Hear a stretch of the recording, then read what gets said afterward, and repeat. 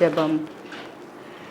எங்களை நேசிக்கிற நல்ல தகப்பனே, நன்றி அப்பா. ஸ்தோத்திரம் ஆண்டவரே. கடந்த நாட்கள் முழுவதும் பாதுகாத்ததற்காக நன்றி அப்பா. எல்லா சூழ்நிலைகளிலும் பாதுகாத்து வருகிறீர் ஏசப்பா, அதற்காக நன்றி அப்பா. எங்கள் தேவைகள் அனைத்தையும் சந்தித்து உமது ஊழியங்களை, கிராம ஊழியங்கள், எல்லா மிஷினரி ஊழியங்களையும் சிறுவர் ஊழியங்களையும் செய்து வருகிற உம்முடைய பிள்ளைகளை பாதுகாத்து வருவதற்காக நன்றி அப்பா. தேவையான மலைகளை தாங்க ஏசப்பா, மழை தருவதற்காக உமக்கு நன்றி ஏசப்பா. விவசாயிகளுக்கு எந்த ஒரு சேதமும் வராதபடி பாதுகாத்து கொள்ளுங்க ஏசப்பா. ஈசாக்கு விதை விதைத்தான், 100 மடங்கு விளைச்சலை கொடுத்து ஆசீர்வாதம் அடைந்தது போல எங்களுக்கும் ஆசீர்வாதம் பெருகும்படி செய்யுங்க ஏசப்பா. என் நாமத்தினால் எதை கேட்டாலும் தருவேன் என்று சொன்ன தகப்பனே, உன் வாயை விரிவாக திற, நன்மையினால் நிரப்புவேன் என்றவரே உமக்கு ஸ்தோத்திரம் ஏசப்பா. நிறைவானது வரும்பொழுது குறைவானது கடந்து போகட்டும் அப்பா. தேசத்தில் சமாதானத்தை கட்டளை இடுங்க அப்பா. தேசத்தை பரிசுத்தப்படுத்துங்க அப்பா. ஜனங்கள் ரட்சிக்கப்படணும், சிறியோர் முதல் பெரியோர் வரை ரட்சிக்கப்படணும், சொந்த பந்தங்கள் ரட்சிக்கப்படணும். விசேஷமாக ஊழியர்களை பரிசுத்தப்படுத்தி பாதுகாத்து கொள்ளுங்க ஏசப்பா.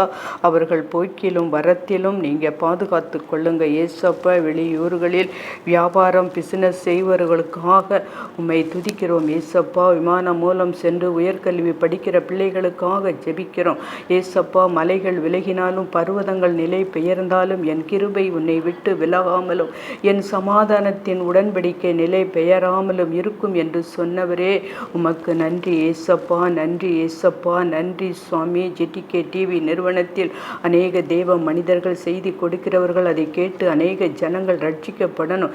தேவ மனிதர்களுக்கு நல்ல சுக பலன் ஜீவன் கொடுங்க ஏசப்பா. அவர்கள் போக்கையும் வரத்தையும் பாதுகாத்து கொள்ளுங்க. ஜெட்டிகே டிவி நிறுவனம் அம்மா ஐயா அவர்களை பரிசுத்தப்படுத்தி உம்முடைய இரத்தத்தால் மறைத்து மூடி மறைத்து கொள்ளுங்க ஏசப்பா. வேடனுடைய கண்ணிக்கும் பாழாக்கும் கொள்ளை நோய்க்கும் தப்புவித்து பாதுகாத்து கொள்ளுங்க. அவர்கள் பிள்ளைகளை பாதுகாத்து கொள்ளுங்க. அவங்க குடும்பங்கள் முழுவதுமாக பாதுகாத்து கொள்ளுங்க. ஜெட்டிகே டிவி நிறுவனத்தில் வேலை செய்கிறவர்களை பாதுகாத்து கொள்ளுங்க. அவர்கள் கையின் பிரயாசத்தை சாப்பிடுவாய் என்று சொன்ன தகப்பனே, அவர்களை மென்மேலும் ஆசீர்வதிங்க. போக்கிலும் வரத்திலும் நீங்கள் கூட இருந்து பாதுகாத்து கொள்ளுங்க. ஜெட்டிகே டிவி நிறுவனத்தில் ஆண்டவரே இருக்கிற ஒவ்வொரு மிஷின்களையும் நீங்கள் பாதுகாத்து கொள்ளுங்க ஏசப்பா. எந்த ஒரு செயல் எழுந்து போகாதபடிக்கு அந்த மிஷின்களை நீங்கள் பாதுகாத்து கொள்ளுங்க ஏசப்பா. யோபுக்கு உண்டான யாவற்றையும் நிர்வேலி அடைத்து பாதுகாத்தது போல நீங்கள் பாதுகாத்து கொள்ளுங்க ஏசப்பா. முதலாவது தேவனுடைய ராஜ்யத்தையும் அவருடைய நீதியும் தேடுங்கள், அப்பொழுது இவைகள் எல்லாம் உங்களுக்கு கூட கொடுக்கப்படும் என்று சொன்ன தகப்பனே, உம்மை நோக்கி கூப்பிடுகிறோம் ஏசப்பா. டிவியில் பேசுகிற என்னை மறைத்து நீங்க பேசுங்கப்பா. எல்லா துதி கன மகிமை உமக்கே செலுத்துகிறோம் இயேசுவின் நாமத்தினால். ஆமேன் ஆமேன். கர்த்தர் நல்லவர் என்பதை ருசித்து பாருங்கள். கர்த்தருடைய நாமம் மாத்திரம் மகிமைப்படுவதாக. ஜெட்டிகே டிவி அனைவருக்கும் என் அன்பின் ஸ்தோத்திரங்கள். கர்த்தர் நல்லவர் என்பதை ருசித்து பாருங்கள். கர்த்தாவே சொல்லும் அடியேன் கேட்கிறேன். காக்கும் கரங்கள் உண்டனக்கு காத்திடுவர் கருணையாளி. காக்கும் கரங்கள் உண்டனக்கு காத்திடுவர் கருணையாளி. அல்லேலூயா பாடி அலைகளை நான் தாண்டிடுவேன். அல்லேலூயா பாடி அலைகளை நான் தாண்டிடுவேன். நம்புவேன் இயேசுவை, நம்புவேன் இயேசுவை, நம்புவேன் இயேசுவை, நம்புவேன் இயேசுவை.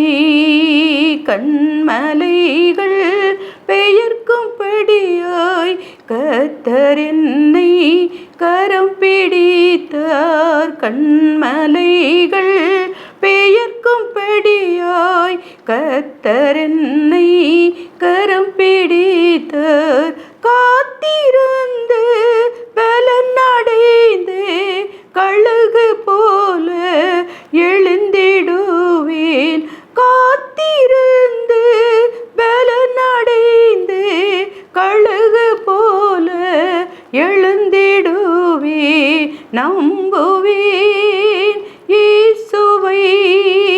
நம்புவேன் இயேசுவை. தைகள் போராட்டம் வந்ததும் இனி என் தேவன் தாங்கினாரே. நிந்தனைகள் போராட்டம் வந்தோம் இனி என் தேவன் தாங்கினாரே. நேசக்கொடியின் மேல் பறக்க நேசருமக்காய் ஜீவித்திடுவே. நிந்தனைகள் போராட்டம் வந்தோ இனி என் தேவன் தாங்கினாரே. நிந்தனைகள் போராட்டம் வந்தோ இனி என் தேவன் தாங்கினாரே. நேசக்கொடியின் மேல் பறக்க நேசருமக்காய் ஜீவித்திடுவே. நேசர் கொடியின் மேல் பறக்க நேசருமக்காய் ஜீவித்திடுவே. நம்புவேன் இயேசுவை, நம்புவேன் இயேசுவை. காக்கும் கரங்கள் உண்டனக்கு காத்திடுவார் கருணையாலே. காக்கும் கரங்கள் உண்டனக்கு காத்திடுவார் கருணையாலே. நாம் இன்று பார்க்க போகிற செய்தி, நாம் தேடும் சமாதானம். கர்த்தருடைய பரிசுத்த நாமத்திற்கு மகிமை உண்டாவதாக. கர்த்தருக்குள் மிகவும் பிரியமானவர்களே, நாம் கர்த்தருடைய கையில் அலங்காரமான கிரீடமும் உன் தேவனுடைய கரத்தில் ராஜ முடியுமாய் இருப்பாய் என்று ஏசாயா 62:3 கர்த்தர் உங்களையும் உங்கள் குடும்பங்களையும் உங்கள் அன்பர்கள் அனைவரையும் ஆசீர்வதிப்பாராக. என் கல்மலையும் என் மீட்பருமாகிய கர்த்தாவே, என் வாயின் வார்த்தைகளும் என் இருதயத்தின் தியானமும் உம்முடைய சமூகத்தில் பிரீதியாய் இருப்பதாக. தனது வாயின் வார்த்தைகளும் இருதயத்தின் யோசனைகளும் கர்த்தரை மகிமைப்படுத்தும் பொழுது தேவ பிரசன்னம் நம்மை சூழ்ந்து கொண்டு நமது மனதை மகிழ்ச்சியாக்கும். நாம் பேசிய வார்த்தைகள் பிறர் பேச நாம் கேட்ட வார்த்தைகளும் நமக்கு ஆசீர்வாதத்தை கொண்டு வர ஊக்கமாக நாம் ஜெபிக்க வேண்டும். நாம் சந்தோஷமும் மகிழ்ச்சியும் கேட்கும்படி செய்யும் என்று காலை தோறும் நாம் ஜெபிக்க வேண்டும். அப்பொழுது தேவனுடைய ஞானம் நமக்குள் வந்து நம்மை வழி நடத்தும். கர்த்தர் கொடுக்கும் ஞானம் நமக்கும் பிறருக்கும் ஆசீர்வாதத்தை கொடுக்கும். ஆத்துமாக்களை ஆதாயப்படுத்தி கொள்கிறவன் ஞானம் உள்ளவன். நீதிமொழிகள் 11:30 தேவன் தமது ஆத்துமாவை நேசித்து நாம் செய்த சகல அக்கிரமங்களையும் கிருபையாக மன்னித்து நமக்கு நித்திய பேரின்ப வாழ்வை அருளவே விரும்புகிறார். துன்பம் துயரம் நிறைந்த உலகில் நாம் வாழ்ந்து வந்தாலும் கவலைகளும் மனபாரங்களும் நம்மை சோர்வடைய செய்தாலும் நம்மை நேசித்து நமக்காக உதவி செய்ய யாரும் இல்லாமல் போனாலும் சீயோன் குமாரத்தியை கம்பீரித்து பாடு. நான் வந்து உன் நடுவில் வாசம் பண்ணுவேன் என்று நம்மோடு இருந்து நம்ம பலவீனத்திலே அவரது கிருபை அருளச் செய்து நம் தேவைகளை அதிசயமாக சந்தித்து நம் வாழ்வில் சமாதானத்தையும் சுகத்தையும் கொடுத்து நம்மை ஆசீர்வதிப்பார். சங்கீதம் 34:14 15 தீமையை விட்டு விலகி நன்மையை செய், சமாதானத்தை தேடி அதை தொடர்ந்து கொள். கர்த்தருடைய கண்கள் நீதிமான்கள் மேல் நோக்கமாய் இருக்கிறது, அவருடைய செவிகள் அவர்கள் கூப்பிடுதலுக்கு திறந்து இருக்கிறது. கர்த்தருடைய பரிசுத்த நாமம் மாத்திரம் மகிமைப்படணும். நம் மனதில் சமாதானம் இல்லையா? குடும்பத்தில் சமாதானம் இல்லையா? நம் எதிர்காலம் இருளாக தோன்றுகிறதா? வறுமை, வியாதி, கடன் பிரச்சனைகள் நம் மனதை பலவீனப்படுத்தி நம்மை தைரியமற்ற நிலைக்கு தள்ளிவிடப்படும் பொழுது சரீரத்தில் காணப்படும் பலகீனங்கள் நம்மை சோர்வுக்குள்ளாகி விடுகிறது. துன்பமும் துயரமும் நிறைந்த உலக வாழ்வில், கண்ணீரும் வருத்தமும் நிறைந்த பாதையில் ஆற்றுவாறு இன்றி தேற்றுவாறு இன்றி தனிமையினால் புலம்பி தவிக்கிறவர்களுக்கு நிலையற்ற உலக வாழ்வில் கர்த்தரின் வார்த்தைகளே நமக்கு ஆறுதலையும் தேறுதலையும் நம்பிக்கையும் கொடுக்கின்றன. அப்பொழுது கன்னிகைகளும் வாலிபரும் முதியோரும் கூட ஆனந்த களிப்பாய் மகிழ்வார்கள்.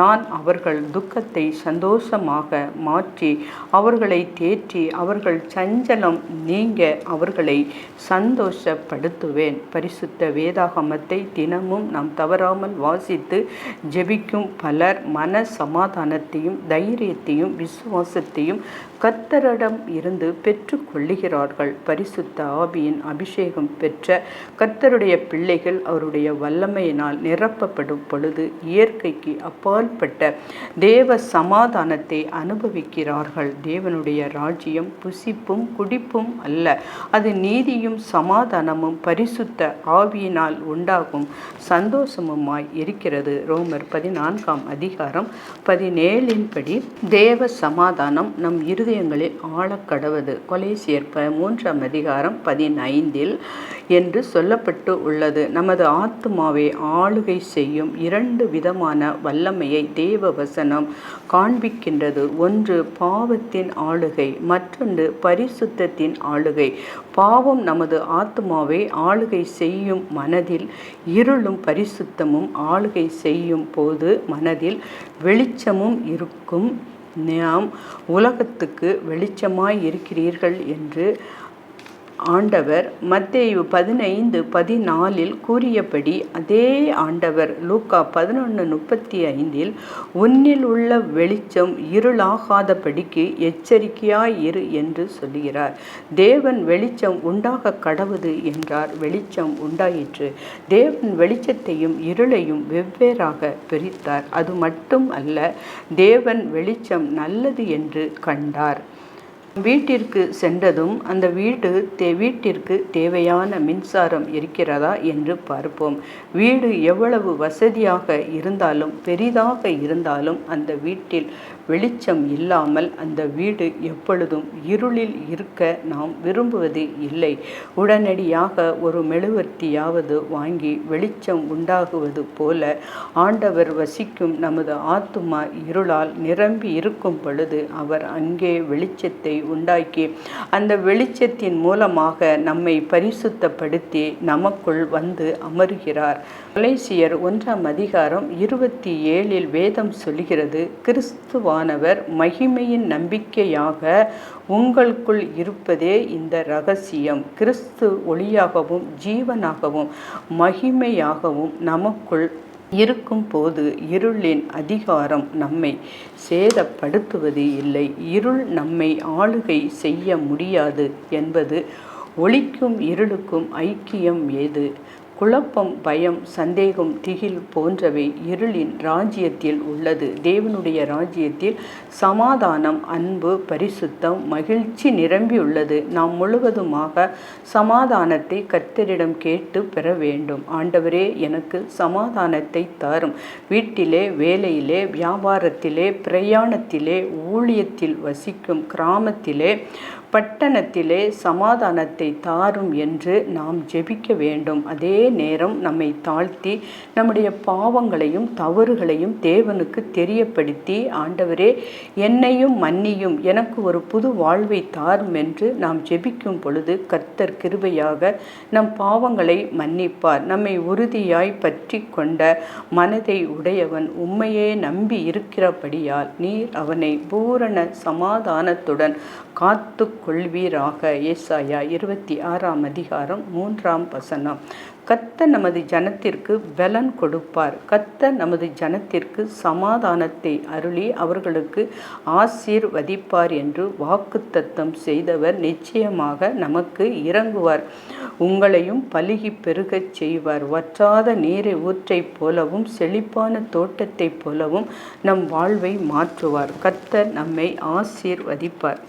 கர்த்தருடைய பரிசுத்தம் நமது வாழ்க்கை முறையை மாறும்போது நாம் தேவனோடு நடப்பது எளிதாக இருக்கும். தினமும் அதிக நேரம் தூங்கும் பழக்கம் உள்ளவர்கள் காலையில் எழுந்து ஜெபிப்பது கடினமாக போய்விடும். தினமும் இரவு அதிக நேரம் விழித்திருந்து படிப்பவர்கள், வேலை செய்பவர்கள் காலை எழுந்து ஜெபிப்பது கடினமான காரியம். நல்ல பழக்க வழக்கங்கள் நம்மிடம் காணப்படுமானால் கர்த்தருடன் நமது ஆத்துமாவை இணைப்பது எளிதாக இருக்கும். தினமும் வேதம் வாசித்து ஜெபிப்பதை பழக்கமாக கொள்ள வேண்டும். தினமும் கர்த்தரை பாடி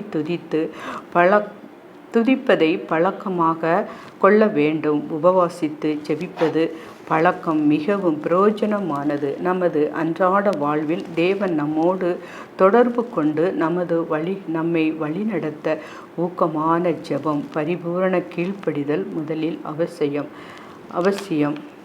தீமையின் நின்று எங்களை ரட்சித்து கொள்ளும் என்று நாம் ஜெபிக்கும் பொழுது தீமைக்கு விலக்கி காப்பேன் என்ற ஆண்டவர் வாக்குகளை விசுவாசித்து ஜெபிப்பதும் அவசியம். ஜெப விண்ணப்ப படிவம் மட்டுமல்லாமல் ஜெபம் தகப்பன் பிள்ளைகளை உரையாடும் மழலை சொற்களால் நிரம்பினதாக இருக்க வேண்டும். ஜெபம் ஆவியானவரால் அனலூட்டப்பட்டு புறப்படும் போது அது நமது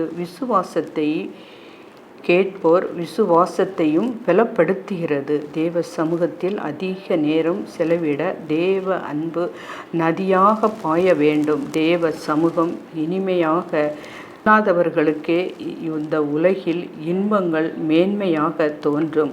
நமது சமூகத்தில் பரிபூரண சந்தோஷமும் நித்திய பேரின்பமும் உண்டு. தேவனோடு அவர் வீட்டில் சென்று அவர் மேஜையில் இருக்கும் தேவ சமூகத்தை மன்னாவை புசிப்பவர்களுக்கு நித்திய பேரின்பம் உண்டு, பரிபூரண சந்தோஷம் உண்டு.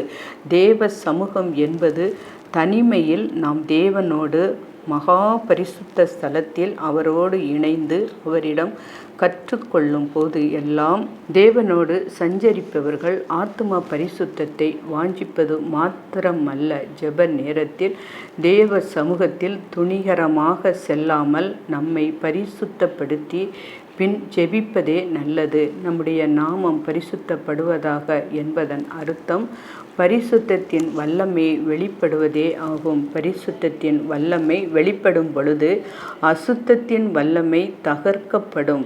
பிரேத கல்லறை அண்டை வாழ்ந்த லேகியன் பிசாசுகளால் ஆட்கொண்ட வாலிபனை சங்கிலிகளினாலும் கட்ட முடியாத மிகவும் பலசாலியாக பிசாசு அவனை மாற்றி இருந்தது. மார்க்கு 5:3-8 பார்க்கும் பொழுது கிறிஸ்து இயேசுவின் வாயில் இருந்து அசுத்த ஆவியை இந்த மனிதனை விட்டு புறப்பட்டு போய் என்று உரைக்கப்பட்ட வார்த்தையை பரிசுத்தமானது. ஆயிரக்கணக்கான பிசாசுகள் ஒன்று சேர்ந்தாலும் அந்த வார்த்தையை எதிர்க்க முடியாது. அவைகள் அலறி ஓடிப்போயின. தேவன் பிசாசுகளையே துரத்தினார். தமது பிள்ளைகளை அவர் நேசித்தார்.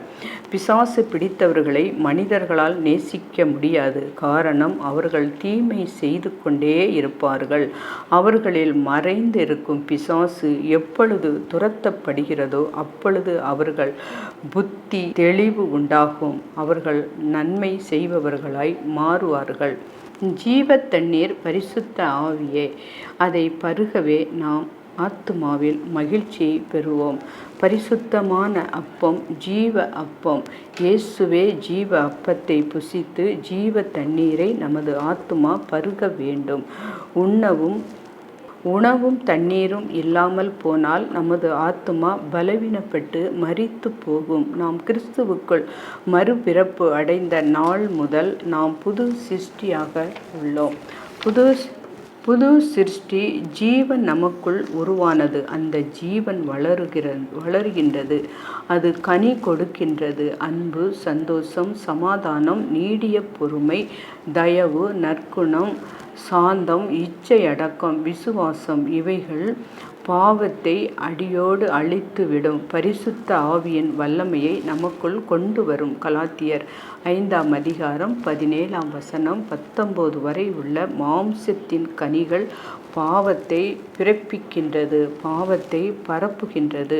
பரலோகத்தில் செல்லும் தகுதியை இயேசுவின் இரத்தம் நமக்கு பெற்று கொடுத்துள்ளது. இயேசுவின் இரத்தம் நமக்காக சிந்தப்பட்டது என்று விசுவாசிக்காத எவரையும் பரமபிதா உள்ளே அனுமதிப்பது இல்லை. வெளிப்படுத்தல் 5ஆம் அதிகாரம் 9-10 படி நமது சுய நீதியை நம்பி நாம் ஜெபிக்க துணியும் போது ஜெபம் ஆசீர்வாதத்தை கொண்டு வருவதற்கு பதிலாக சாபத்தை கொண்டு வரும். இயேசுவின் இரத்தம் நன்மையானவைகளை பேசும். இரத்தம் என்று கூறும் பொழுது ஆபேலின் இரத்தம் பழி வாங்க துடித்தது. இயேசுவின் இரத்தமோ நமக்கு வரவிருந்த நித்திய அழிவுக்காகிய தண்டனையை தடுத்து நிறுத்தி பாவ மன்னிப்பை பெற்று தந்தது மட்டுமல்லாமல் நித்திய வாழ்வையும் பெற்று தந்தது. பாவ மன்னிப்பு கல்வாரியின் அண்டையில் சென்றால் மாத்திரமே பெற முடியும். கல்வாரியை மறந்தால் கர்த்தருடைய கிருபையை பெற முடியாமல் கர்த்தரின் நியாய தீர்ப்பில் விழுவதை தவிர வேறு வழியே இல்லை. கர்த்தரோடு இணைக்கப்பட இயேசுவின் இரத்தம் தேவை. கர்த்தரில் நிலைத்திருக்க இயேசுவின் இரத்தம் தேவை. தேவ சமூகத்தில் குற்ற மனச்சாட்சி நீங்கி தைரியமாய் நின்று கர்த்தாவே நான் உம்முடைய பிள்ளை என்று அறிக்கை செய்து நமது மனச்சாட்சியை சுத்திகரிக்கப்படுவது மிகவும் முக்கியம். 1 பேதுரு 1ஆம் அதிகாரம் 13 படி ஆகையால் நீங்கள் உங்கள் மனதின் அறையை கட்டிக்கொண்டு தெளிந்த புத்தி உள்ளவர்களாய் இருந்து இயேசு கிறிஸ்து வெளிப்படும் பொழுது உங்களுக்கு அளிக்கப்படும் கிருபையின் மேல் பூரண நம்பிக்கை உள்ளவர்களாய் இருங்கள். கிருபை என்பது மனித முயற்சிகளினால் பெற முடியாது அழிவில்லாத மோட்ச வாழ்வை தேவனிடத்தில் இருந்து இலவசமாய் பெற்று கொள்வதே கிருபை.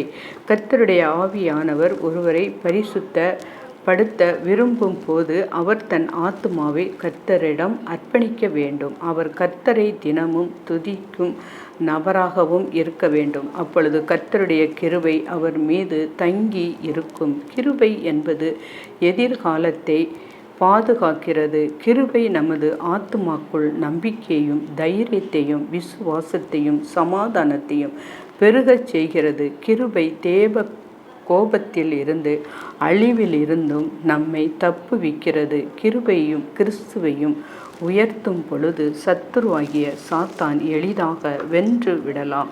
நமது ஆத்துமாவின் பாவம் அகற்றப்பட்டு நீதியின் சூரியனாகிய கிறிஸ்துவின் வெளிச்சம் நமக்குள் உதிக்கும் பொழுது ஆசீர்வாதம் உண்டாகும். ஆத்துமாவின் சமாதானம் பரிசுத்தவான்களாகிய ஆத்துமாக்களுக்கே சொந்தமானது.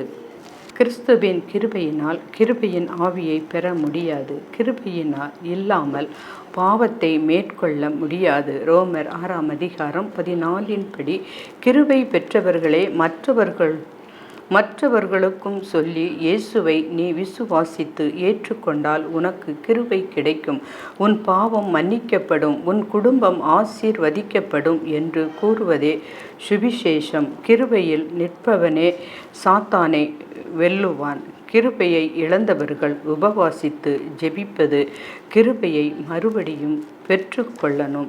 கிருபை பல விதங்களில் வெளிப்படும். அதாவது பூரண சமாதானம், பரிபூரணம், அன்பு இவைகளை தேவ கிருபையால் பெற முடியும். பிரசங்கம் கேட்பதற்கு இனிமையாக இருப்பதால் அது கர்த்தருடையது அல்ல. கேட்கும் போது மனதை அதை வைக்கணும். பின்பு அது நமது வாழ்க்கை ஆசீர்வாதமாக வழி நடத்தணும். நாம் தரித்திரத்தில் இருப்பது தேவனுக்கு பிரியமில்லை.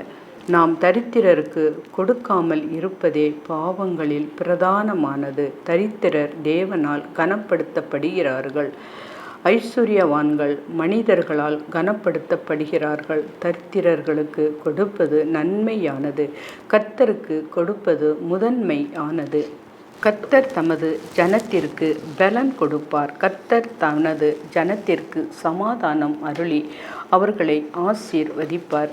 தேவ கிருபை இல்லாமல் நாம் செய்ய முயற்சிக்கும் யாவும் வீண் பெருமை என்ற நிலைக்கே நம்மை கொண்டு செல்லும். தேவ கிருபை இல்லாமல் கனி கொடுக்க முடியாது. கிறிஸ்துவை தலையாக ஏற்றுக்கொள்ள மனதில்லாதவர்கள் கிறிஸ்துவின் கிருபையை இழந்து போவார்கள். காலத்தின் அருமையை உணராதவர்களும் கர்த்தரின் நீடிய பொறுமையையும் அவரது இரக்கத்தையும் அவரது அன்பின் வலிமையையும் மறந்தவர்களும் நாம் இப்பூமியில் வாழ்வதற்கு தேவையான சுகம் பல நன்மைகளை அனுதினமும் அளித்த ஆண்டவரை மறந்து போனவர்களாகவும் இருக்கலாம். கிருபைகளும் இழந்து போய்விட நேரிடும். கர்த்தர் ஏன் நம்மை சிட்சிக்கிறார்?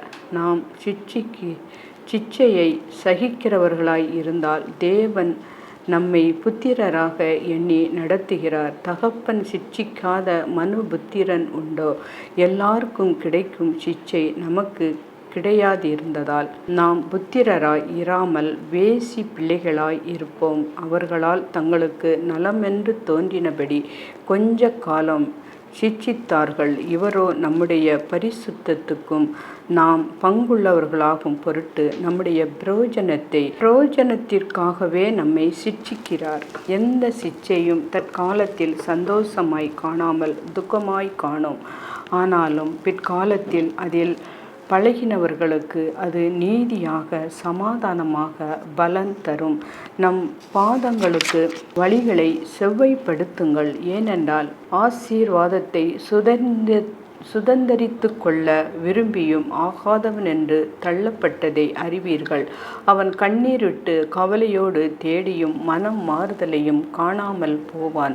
கிருபையின் காலத்தின் முடிவு எப்பொழுது எவ்வாறு நாம் அறியாதிருப்போமானால், கர்த்தர் கிருபையை கொடுத்திருக்கும் இந்த காலத்தில் நமது ஆத்துமாவையும் நம் ஆண்டவர் சிலுவையில் இரத்தம் சிந்தி கிருபையாக பெற்று தந்த நித்திய மீட்பையும் நினைத்த இரவும் பகலும் அவரை துதித்து அவரை ஆர்ப்பரித்து அறிவித்து அவரது வருகையில் பிரவேசிக்க கர்த்தர் தாமே நமக்கு கிருபை தருவார்.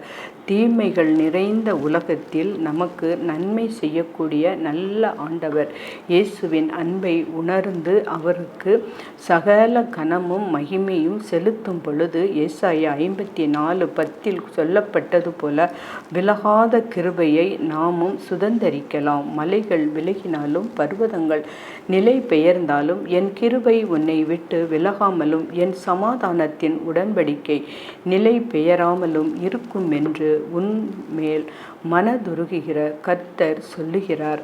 நாம் மிகவும் ஆசீர்வாதமானவர்கள்.